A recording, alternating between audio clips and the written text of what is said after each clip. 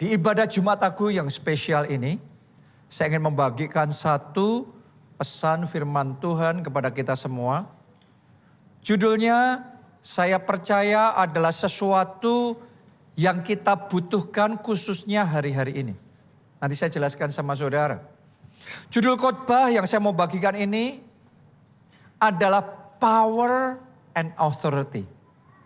Kuasa dan otoritas. Saya mau katakan sama saudara, ada kuasa di dalam nama Yesus. Ada otoritas di dalam nama Yesus. Ya, dan yang namanya power, yang namanya kuasa itu ada berbagai jenis kuasa. Ada yang namanya financial power. Orang-orang kaya, para konglomerat, mereka punya financial power yang besar. Ada yang namanya political power. Para pejabat, politisi punya yang namanya power secara politik. Ada power secara militer. Power secara fisik. Ada juga orang yang punya power secara psikologi, emosional. Tapi hari ini secara spesifik, saya mau bicara tentang satu jenis power, yaitu supernatural power, divine power. Itulah kuasa ilahi Yesus Kristus. Lebih dari semua power yang ada, yang tersedia, kuasa ilahi itu yang terbesar. Kalau Anda masih ingat kisah tentang Musa yang diutus oleh Tuhan untuk membebaskan umatnya dari perbudakan Mesir. Pada waktu itu Musa harus berhadapan dengan Firaun, Raja Mesir yang sangat berkuasa. The most powerful man in the world pada zaman itu. Yang negaranya punya kekuatan financial superpower, militer superpower. Tapi Musa nobody berhadapan dengan Firaun dan semua kekuatannya. Tapi yang luar biasa dia nggak sendiri. Ada divine power, ada kuasa ilahi yang menyertai dia. Dan sendirian, disertai dengan kuasa Allah. Semua kekuatan Mesir ditekuk, dibuat luluh lantah, dan dipaksa untuk melepaskan umat Tuhan. Sehingga umatnya mengalami kelepasan. Umatnya mengalami pembebasan. Saya mau ngomong sama saudara seperti ini. Kita butuh kuasa seperti itu di zaman sekarang ini. Ya, zaman sekarang ini saudaraku bukan zaman yang mudah. Ada banyak gonjang-ganjing di seluruh dunia. Gejolak macam-macam terjadi. Ya, orang ngomong ini bukan sekedar krisis, ini sudah krisis. Bukan akan terjadi apa tidak. Sudah mulai resesi. Bahkan ada yang mulai ngomong, this is going to be worse than recession. Lebih parah, lebih buruk dari resesi. Ya, kemarin saya baca berita, katanya di berita yang saya lihat itu, okupansi hotel waktu pas lebaran kemarin liburan itu cuma 20%. Bahkan di tempat-tempat wisata di kota-kota yang harusnya kalau liburan itu paling ramai dan itu mahal semuanya. Itu sangat rendah sekali okupansi hotel. Ada satu hotel saya diberitahu 500 kamar nih, hotel branded ya. Strong sekali, saudara, kuat harusnya. Tapi 500 kamar kemarin cuma terisi 30 kamar. Ya, dan PHK banyak terjadi. Banyak pengusaha mengalami penurunan omset. Masyarakat bergumul dengan pinjol. Pinjaman online semakin merajalela. Judi online dan banyak orang terperangkap, terseret. Dan seolah-olah tidak mampu keluar dari keadaan yang semakin sukar dan semakin sulit ini. Dan ini belum puncaknya loh ya. Ini baru proses ini. Ya, tapi saya mau ngomong sama semua jemaat keluarga Allah yang di sini maupun Anda yang mengikuti secara online. Jangan takut ya. Teguhkan, kuatkan hati saudara. Pegang janji Tuhan. Saya sudah sampaikan sejak dari menjelang masuk 2025. Tahun ini memang harus melalui air. Tetapi tidak dihanyutkan. Harus melalui api. Tapi tidak dihanguskan. terjadilah itu di dalam kehidupan saudara. Air dahsyat yang melanda tahun ini, api yang dahsyat yang membakar di tahun ini tidak akan menghempaskan saudara. Tapi untuk itu terjadi, kita butuh divine power. Kita butuh kuasa ilahi. Karena ketika air yang besar itu, air deras itu melanda tanpa kuasa ilahi, manusia ya pasti terhanyut. Oke, ketika api resesi itu melanda, saya rasa tahun ini bukan hanya akan ada sekedar resesi, tapi banyak goncangan macam-macam, bencana alam dan lain sebagainya. Tapi ketika itu semuanya datang tanpa kuasa Tuhan, ya terhanguskan. Itu sebabnya hari ini, mari kita sadari, kita butuh Tuhan. Dalam kondisi seperti sekarang ini terlebih lagi kita butuh kuasa Tuhan yang menyertai kita. Karena kalau kuasa Tuhan menyertai kita seperti Petrus disertai oleh Tuhan. Dia yang harusnya di air itu tenggelam tapi malah berjalan di atas air. Sadrak, Mesak dan Abednego yang harusnya dilemparkan ke dapur berapi itu dan hangus. Tetapi tidak hangus sama sekali. Selamat dan tidak ada yang terbakar satupun. Selamat sepenuhnya. Yang membedakan adalah kuasa Tuhan. Saya berdoa dalam hidup saudara di tahun 2025 ini gak sendirian. Tapi Anda dilingkupi, dibungkus dengan kuasa Tuhan yang bekerja, yang meluputkan, yang menyelamatkan, dan yang memberikan kemenangan tahun ini. Amin. Saudara mau ngalami kuasa Tuhan dalam hidup saudara? Pertanyaannya bagaimana kita bisa mengakses kuasa dan otoritas yang seperti itu? Karena itu yang kita butuhkan.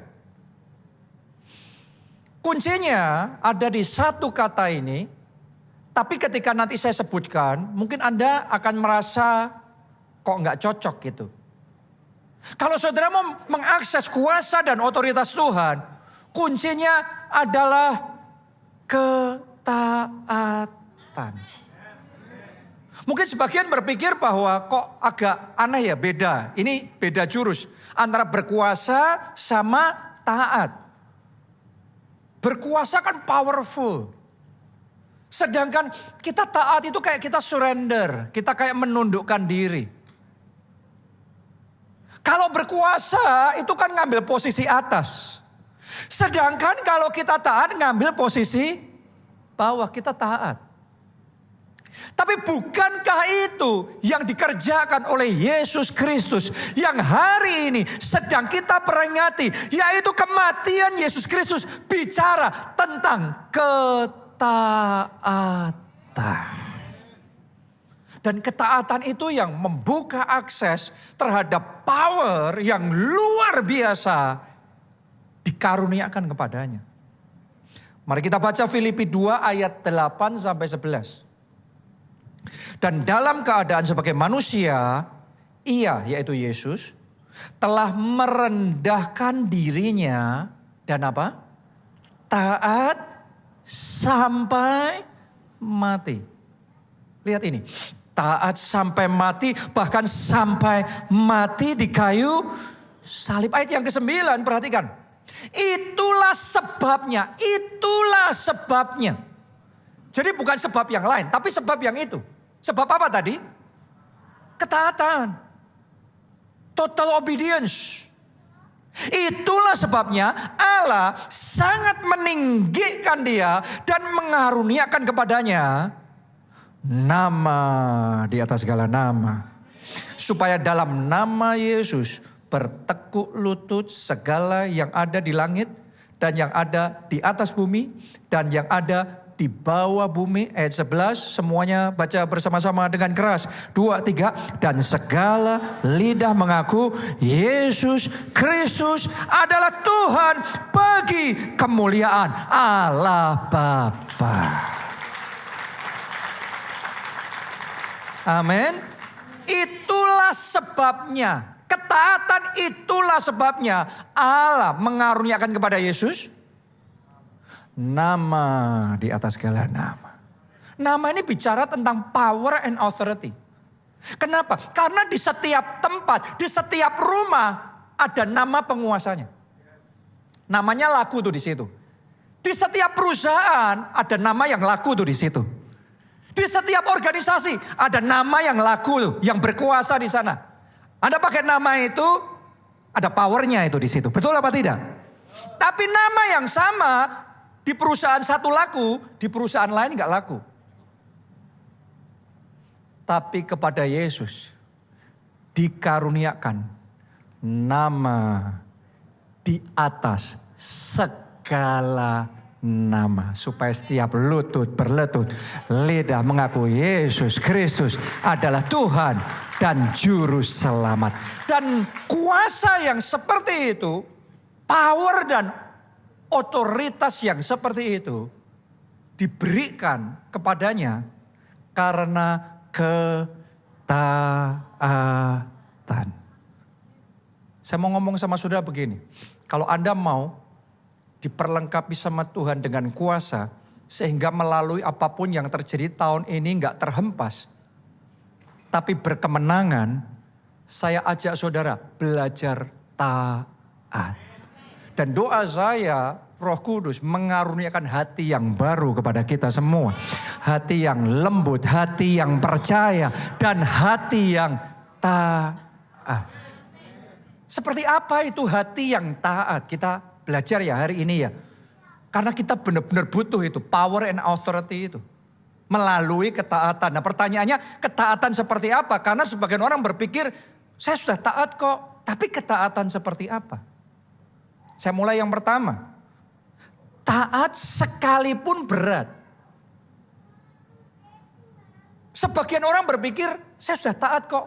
Tapi taatnya kalau enak. Taat itu saudaraku, kita nggak enak. Tapi tetap ngelakuin, itu taat. Bukan taat kalau saya pas enak, nyaman. Anda nggak nyaman, tapi Anda kerjakan karena Tuhan suruh Anda kerjakan. Itu taat. Anda taat sekalipun harus korbannya besar. Korban perasaannya besar. Korban segalanya besar. Tapi Anda kerjakan. Itu taat. Bukankah itu yang dilakukan oleh Abraham? Abraham disuruh oleh Tuhan untuk mempersembahkan anak perjanjian. Ishak. Dan ini gak main-main.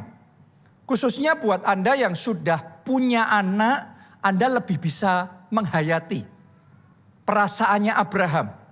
Bukan cuma Anda yang punya anak, tapi Anda yang untuk punya anak harus nunggu bertahun-tahun. Anda menikah, sudah kepengen punya anak, tapi gak juga punya anak. Anda berdoa, berusaha, bertahun-tahun gak bisa, sampai akhirnya bisa. Anda bisa ngerasain gak seberapa sayangnya sama anak itu? Dan Abraham ini bukan cuma bertahun-tahun, puluhan tahun baru dapat dia. Saya yakin ketimbang disuruh nyerahin anaknya, kepalanya pun kalau bisa dia kasih untuk gantiin anaknya. Harta bendanya pun kalau bisa ditukerin semua. Daripada harus menyerahkan anaknya. Itu hati seorang bapak yang sayang sama anaknya. Itu hatinya Abraham. Tapi karena Tuhan yang suruh, Abraham taat. Gak gampang loh saudaraku taat yang kayak gitu. Taat yang berat yang seperti itu. Tapi saya mau ngomong sama saudara, kayaknya ketaatannya simple gitu ya. Tetapi ketaatan itu membuka akses pada kuasa Allah bekerja begitu masif dalam kehidupannya. Begitu kuasa Allah bekerja itu kayak jadi semua sendiri. Ketika kuasa Allah bekerja, Abraham kemudian dijadikan bapak banyak bangsa. Sampai hari ini Anda masih menyebut dia bapak orang percaya. Bapak banyak bangsa. Tanpa ketaatan itu, Abraham yang sama cuma jadi papanya Ishak. Sudah itu aja. Tapi ketika Abraham belajar taat sama Tuhan, Abraham yang sama di-upgrade. Bapa banyak bangsa. Saya mau sampaikan sama saudara, akan ada orang-orang di tempat ini yang karena Anda respon firman Tuhan hari ini dan engkau belajar taat sama Tuhan, maka masa depanmu di-upgrade, dilipat kali gandakan, kemenanganmu akan mengalami pelipat gandaan yang dahsyat, dan tahun ini akan ada perkara-perkara yang butuh kuasa Tuhan yang masif untuk itu bisa terjadi. Engkau akan tahu itu karena kalau bukan kuasa Tuhan yang bekerja, it is impossible. What happened with Abraham? Apa yang terjadi dengan Abraham itu impossible. Only God can do. Miracle that only God can do. Mujizat yang hanya Tuhan yang bisa mengerjakannya akan terjadi di dalam kehidupan saudara. Kuncinya belajar taat. Saya juga diajari Tuhan untuk taat. Ketika Tuhan panggil saya untuk jadi pendeta sepenuh waktu. Sejak dari kecil saya itu punya cita-cita jadi pengusaha, jadi bisnismen yang berhasil. Kalau Tuhan panggil saya sesuai dengan keinginan saya, gampang taat. Betul apa tidak? Tapi kalau kita punya mau yang lain, Tuhan suruh kita yang lain, itu harus menyalipkan kedagingan kita. Itu harus mengalahkan keinginan kita sendiri. Dan menyerahkan cita-cita kita kepada Yesus. Tapi saya belajar begini saudaraku. Ketaatan yang tadi saya ngomong taat sekalipun berat. Itu kalau kita lihat secara mata jasmani. Sampai mata rohani kita disingkapkan. Begitu mata rohani kita disingkapkan, seandainya kita ngerti di balik itu ada apa. Gak ada yang namanya ketaatan berat. Karena Tuhan kalau suruh kita, tidak sekalipun dia akan menurunkan dan merugikan kita. Yang ada Tuhan akan kerjakan hal apa yang tidak dilihat mata, tidak didengar telinga, tidak timbul dalam hati manusia. Itu yang dia akan berikan buat orang-orang yang mengasihi dia. Melalui ketaatan saya bisa merasakan tangan Tuhan nyata dalam hidup saya. Saya tidak ngomong saya sempurna, saya banyak kekurangan, banyak kesalahan. Tapi paling tidak Tuhan melihat hati yang mau belajar taat. Dan di situ tangannya nyata. Penyertaannya saya sungguh rasakan senantiasa ada di dalam kehidupan saya. Jadi hari ini saya berdoa. Anda mengalami penyertaan Tuhan yang ajaib itu. Pemeliharaan, penjagaan dan pelindungannya yang sempurna itu ada dalam hidup saudara. Ada mengelilingi keluarga saudara. Di dalam perlindungan Tuhan. Mulailah belajar untuk apa? Taat. Itu yang pertama. Yang kedua, taat pada hal-hal yang kecil. Sekalipun yang Tuhan suruh rasanya kayak kecil. Sebagian orang berpikir yang namanya taat itu hanya urusan gede-gede gitu. Tapi kadang-kadang Tuhan itu menguji ketaatan kita pada urusan yang kayaknya kecil, yang orang secara manusia kan ngomong ya cuma gitu, nggak penting nggak perlu amat sih, urusan remeh-temeh gitu. Tapi mari saya beritahu saudara, seringkali Tuhan akan memakai ketaatan yang kecil menjadi jembatan menuju masa depan yang besar. Banyak orang nggak tahu nih, ya. Anda lihat Daud. Waktu itu Daud sudah diurapi oleh Nabi Samuel dan dinubuati bahwa dia yang akan jadi raja berikutnya. Berarti nubuatannya, janjinya Tuhan dalam hidup Daud apa? Jadi raja. Nubuatannya kayak gitu, pengurapannya kayak gitu. Suatu hari dia disuruh sama papanya jadi kurir. Nganterin makanan pada kakak-kakaknya di medan perang. Coba Anda posisikan jadi Daud. Panggilannya, nubuatannya, urapannya oleh Nabi Samuel itu nabi yang Itu kingmakernya di zaman itu. Disuruh bapaknya urusan jadi kurir makanan. Kalau Daud gak bisa ngelihat tentang pentingnya ketaatan pada perkara kecil, dia akan ngomong, ini gak levelku Ini sudah bukan kelas lagi nih di sini. Dan mungkin Daud akan menolak perintah ayahnya itu. Tapi yang luar biasa, sekalipun disuruh ngerjain cuma urusan kecil, Daud taat. Nah, tapi Anda dengarkan baik-baik. Ternyata gini, yang luar biasa ya, Daud gak ngerti loh. Kadang-kadang kita taat urusan kecil tuh gak ngerti. Tapi ketaatan Daud pada tugas yang kecil itu, ternyata di balik itu, di balik tugas yang kecil, Tuhan sudah menyediakan panggung yang besar buat Daud. Tanpa Daud sadari, waktu dia jadi kurir makanan, di situ dia ketemu dengan yang namanya Goliat. Dan karena dia ketemu Goliat, di situ Tuhan membangkitkan roh keperkasaan dalam diri Daud untuk Daud berani melawan Goliat. Dan Tuhan menyertai Goliat. Tuhan menyertai Daud dan Tuhan memberi kemenangan kepada Daud. Dan hari itu dia menjadi pahlawan besar bagi seluruh bangsa Israel. Itu hanya terjadi karena Daud taat. Banyak orang urusan kecil nggak mau. Ketaatan kecil disuruh Tuhan apa nggak mau. Nggak sadar di balik itu ada sesuatu. Kadang-kadang Tuhan tuh suruhnya itu simpel di hati kita. Kadang-kadang Roh Kudus bicara, ayo mengampuni. Tapi kita nganggap enggak lah. Sudah nggak usah. Nggak butuh dia. Tapi Tuhan ngelihat loh hati saudara.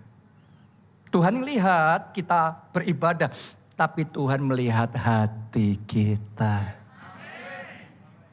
Kadang-kadang Tuhan akan dorong saudara. Tuhan tuh gak akan bicara kayak loudspeaker gitu. Tuhan itu bicaranya dalam roh, dalam hati. Tuhan akan ada dorongan dalam hati. Ayo melayani.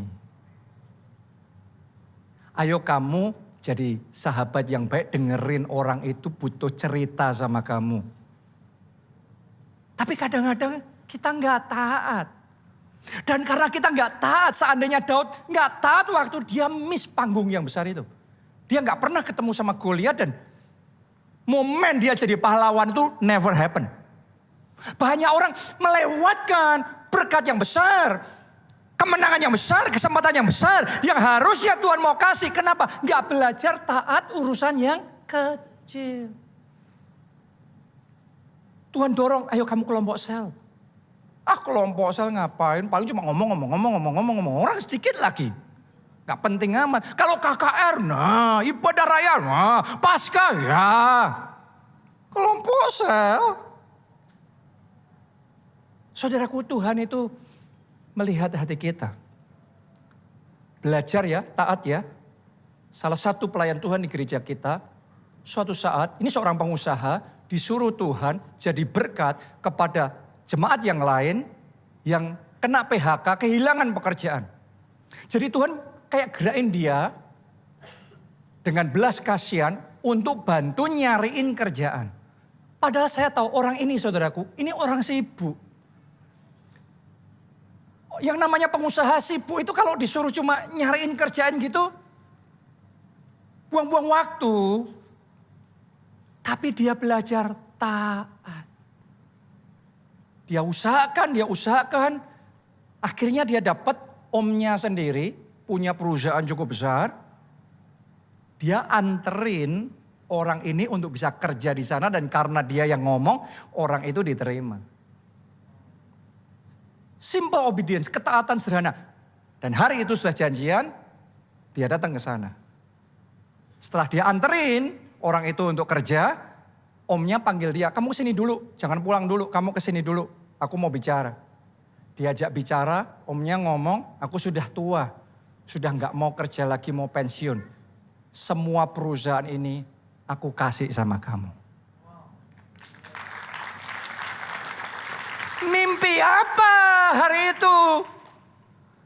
Kalau dia nggak jadi berkat, kalau dia nggak taat sama yang simple kayak gitu, kayak Daud, mungkin nggak pernah ada kesempatan besar, perusahaan besar itu. Dan saya tahu perusahaan besar itu luar biasa. Dan karena itu dia mengalami upgrade dan lompatan yang besar. Melalui urusan kecil. Gak semua urusan kecil yang kita ngelihat di depan mata kecil itu selalu sesuai ukurannya di belakangnya. Kadang-kadang yang di depannya kecil itu di belakangnya gajah, saudaraku. Oh, saya berdoa kalau ada di antara saudara saat ini yang hanya dipercaya urusan-urusan kecil. Belajar setia. Barang siapa setia perkara kecil, ia dipercaya perkara yang besar. Oh, saya berdoa tahun ini walaupun sekarang ordernya kecil. Kok saya ngerasa ya di dalam hati saya nubuatkan ada seseorang di tempat ini, urusanmu tuh ngerjain order-order kecil. Yang datang cuma urusan pesanan sedikit. Tapi setia ya, nanti tahun ini engkau akan bersaksi.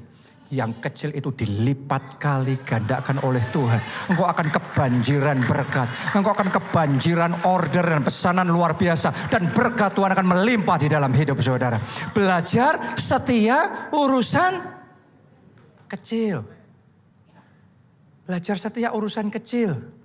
Disuruh bersaksi. Digerakkan hati saudara untuk bersaksi. Menyaksikan Yesus kepada teman saudara. Ajak ke gereja. Anda taat. Simple obedience. Itu yang make big difference. Yang ketiga. Taat yang terus menerus. Taat yang konsisten. Di awal taat, sampai akhir juga taat. Sebelum diberkati taat. Setelah dipromosikan, diangkat Tuhan, tambah taat. Harusnya gitu. Saya ini sudah melihat berulang-ulang orang yang belum disembuhin. Wah, nyari Tuhannya sungguh-sungguh. Setelah disembuhkan, bye-bye Yesus. Belum punya anak, rajin banget pelayanan. Doa minta anak, sampai akhirnya dikasih. Gak pernah nongol lagi. Manusia tuh gitu kadang-kadang saudaraku. Anda belajar dari Daud. Tahukah saudara alasan kenapa kerajaan Daud tidak tergoncangkan? Kenapa kerajaan Daud tetap kokoh? Karena Daud ini ketaatannya konsisten. Waktu dia masih nobody, dia cinta Tuhan. Tapi kemudian Tuhan angkat dia jadi raja atas seluruh bangsa Israel. Dia bukan terus ninggalin Tuhan. Satu perkataan yang keluar dari mulutnya. Cinta akan rumahmu menghanguskan aku. Aku bersuka cita ketika dikatakan orang, mari kita pergi ke rumah Tuhan. Sampai hari ini masih terus dinyanyikan lagu. Menari seperti Daud.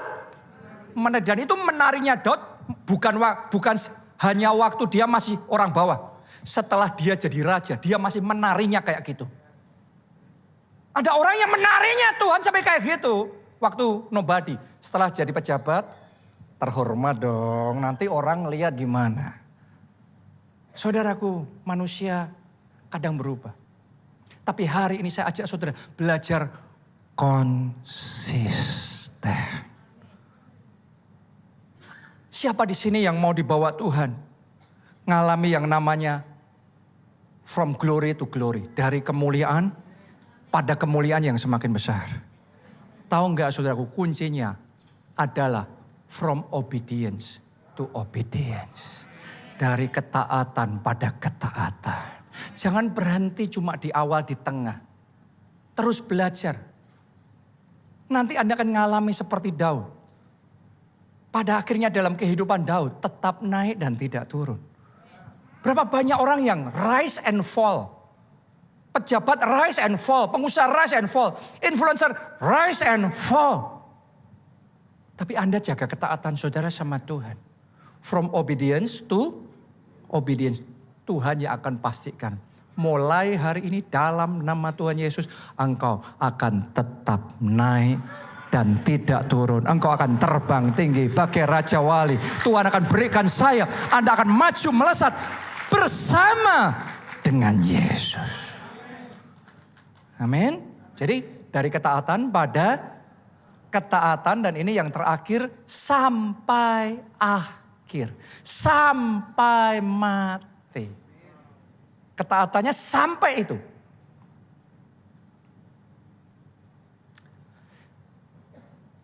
Itu adalah yang dilakukan oleh Yesus. Tadi kita baca di ayat yang awal. Dia taat sampai mati. Bahkan sampai mati di kayu salib. Mungkin ada di antara saudara yang ngomong sama saya, itu kan Yesus. Ya beda dong.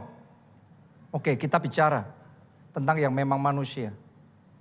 Kita baca ya perkataannya Rasul Paulus. Di Kisah Para Rasul 26 ayat 19. Saya bacakan. Sebab itu ya Raja Agripa. Ini backgroundnya adalah Rasul Paulus sedang di tengah pengadilan loh. Nyawanya jadi taruhan. Raja Agripa ini very powerful. Satu perkataan dari dia itu bisa endingnya Paulus. Oke, itu jadi vonis final. Bisa kalau dia mau. Tapi saya bacakan. Sebab itu ya Raja Agripa. Paulus ngomong gini. Kepada penglihatan yang dari surga itu. Tidak pernah aku tidak taat. Jadi Rasul Paulus ini bukan kadang taat kadang enggak. Kalau mau taat, kalau enggak mau lah gimana. Tapi kepada penglihatan yang dari surga itu. Aku tidak pernah tidak taat. Melalui aniaya. Melalui bencana, malapetaka.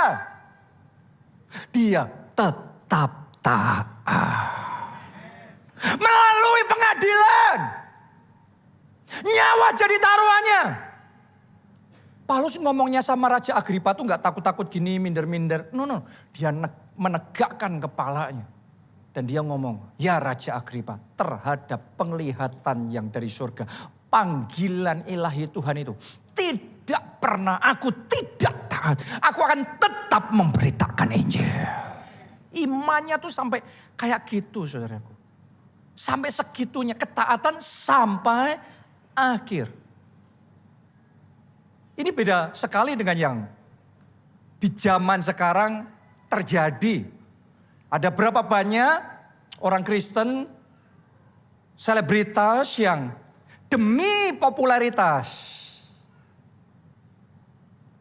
Bapak Yesus.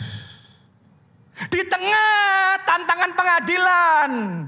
Lagi kejepit ini. Bapak Yesus. Cari aman.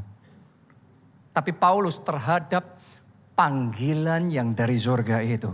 Penglihatan yang dari surga itu. Tidak pernah aku tidak taat. Dia taat sampai akhir. Ini teladan ya buat kita semua. Dan saya ajak saudara ayo belajar taat. Saudaraku, tadi saya sudah singgung sedikit di awal khotbah ini.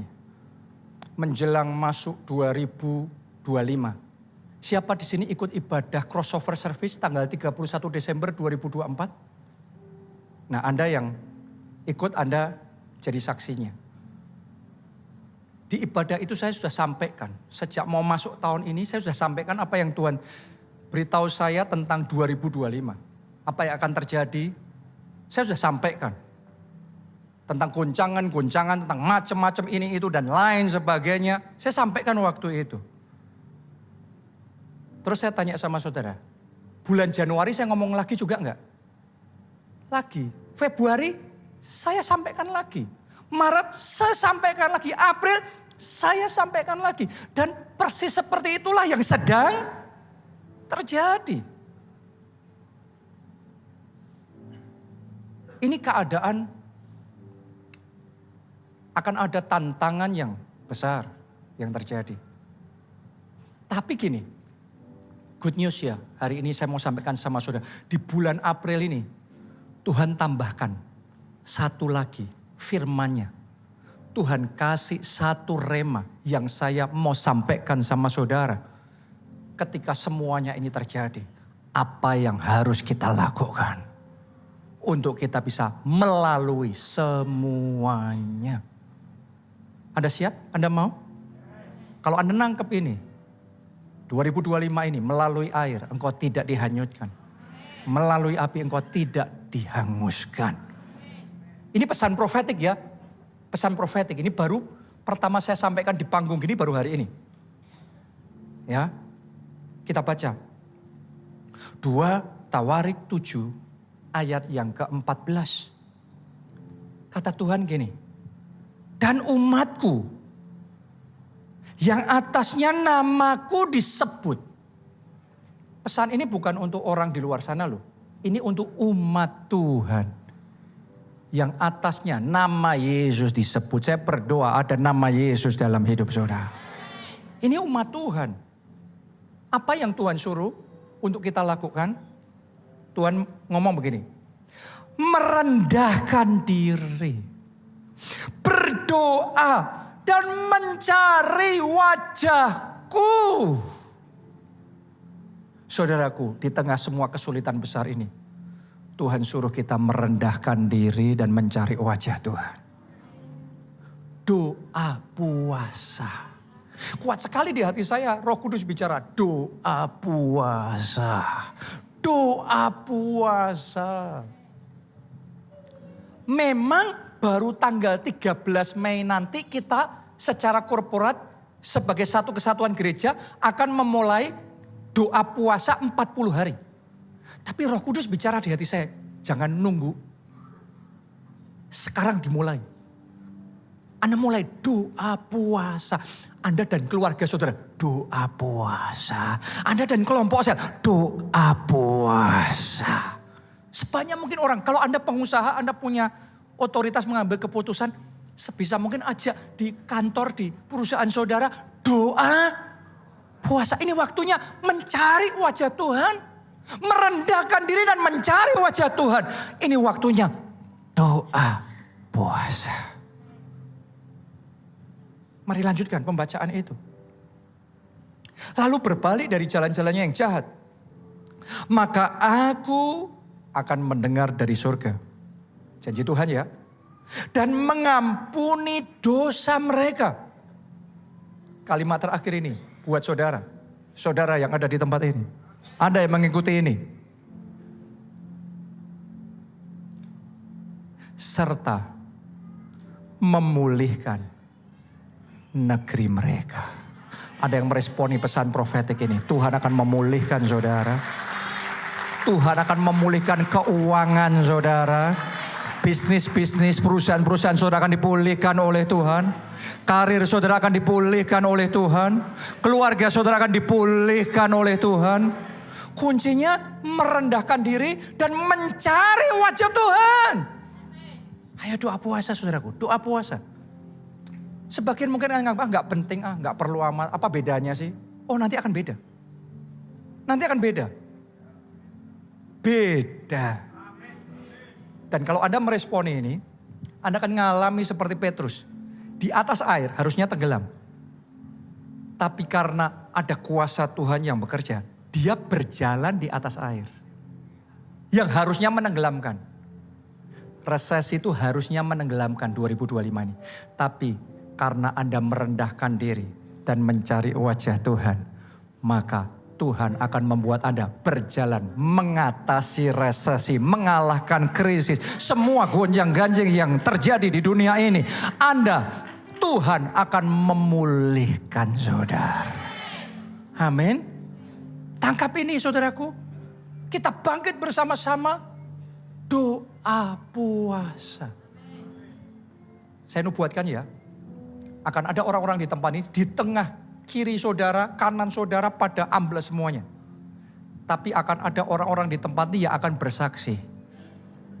Haleluya. 2025 ini benar, ini tahun double favor dalam hidupku. Ini tahun keajaiban-keajaiban. Apa yang tidak dilihat mata, tidak didengar telinga, tidak timbul dalam hati manusia. Tuhan kerjakan. Anda tanya apa itu Pak? Ya saya nggak tahu, nggak kepikir sekarang. Tapi akan terjadi itu nanti. Itu Anda yang belum pernah ngalami. tahun ini doa saya, awal Anda akan mengalami jalan bersama dengan Tuhan. Tuhan itu the God of wonders. Tuhan yang performing wonders, keajaibannya membuat kita terperangah dan terheran-heran. Terjadilah.